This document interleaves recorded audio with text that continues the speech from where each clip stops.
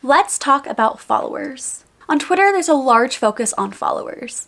The more followers you have, the more successful your Twitter presence is, right? Well, not quite. Let's break down a better measure for Twitter success and go over some of the top strategies for securing the right type of follower. Hey friends, welcome back to the channel. If you're new here, my name is April Lynn. I'm a former banker, now turned indie maker.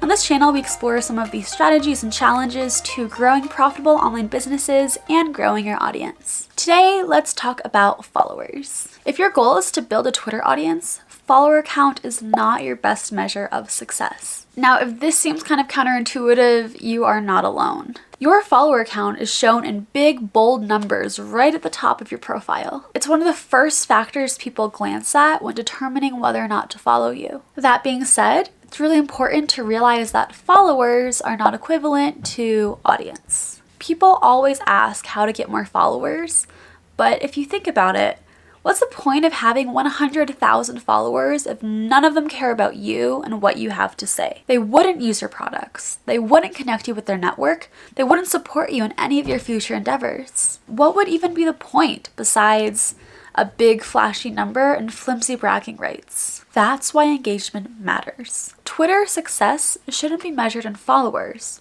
It should be measured in people wanting to hear what you have to say. I understand that this concept is much more difficult to track than a convenient follower count right at the top of your profile for all to see. But there are some other metrics you can use, both of which can be found in your Twitter analytics. These are impressions and engagement rate. Let's break these down. So first, navigate to More and click Analytics. Navigate over to Tweets and you'll be able to see metrics for impressions, engagements, and engagement rate. First, let's look at impressions. Impressions are the number of times people saw your tweet on Twitter. In general, you want your number of impressions to be larger than your follower count. Why? Twitter's algorithm rewards tweets that have been engaged with. The more engaged your audience, the more Twitter's algorithm will boost your audience, and therefore, the more impressions you get. Next, let's examine engagement rate. Engagement rate is the number of engagements on a tweet, including clicks, likes, follows, replies, and retweets, divided by the total number of impressions. Twitter shows you your engagement rate per tweet, as well as your average engagement rate over the last 28 days. The average engagement rate is around 0.03%. A good engagement rate to shoot for is between 2 to 3%. A great engagement rate is over 5%. Now that we're armed with some better metrics for Twitter success, let's examine how to get there.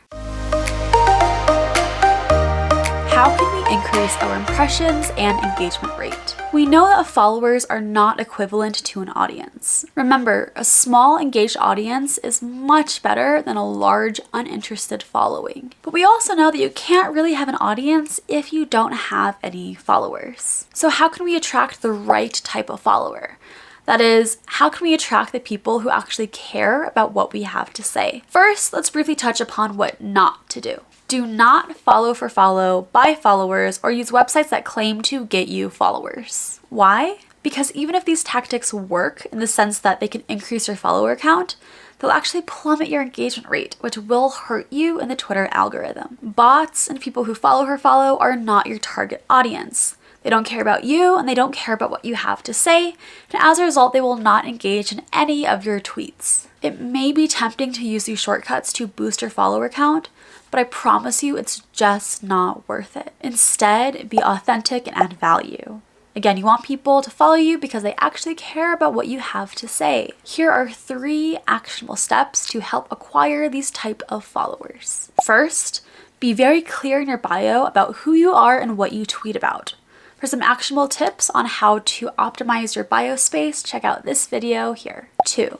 Take the time to form authentic relationships with your existing followers. Always reply to their replies on your tweets. And if you enjoy their content, engage in their tweets as well. Genuinely care about their own journeys and help to support them through it. DM them and ask them what they're working on and what they're interested in. As you continue to engage genuinely with your existing follower base, they'll engage genuinely back, helping the Twitter algorithm respond positively to your tweets. 3.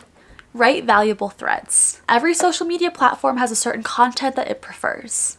On Instagram, it's Reels. On Twitter, it's Threads. They do take much longer to write and edit than standalone tweets, but if they are valuable, they're easily retweetable, which will skyrocket your number of impressions. Overall, just don't get caught up in chasing followers.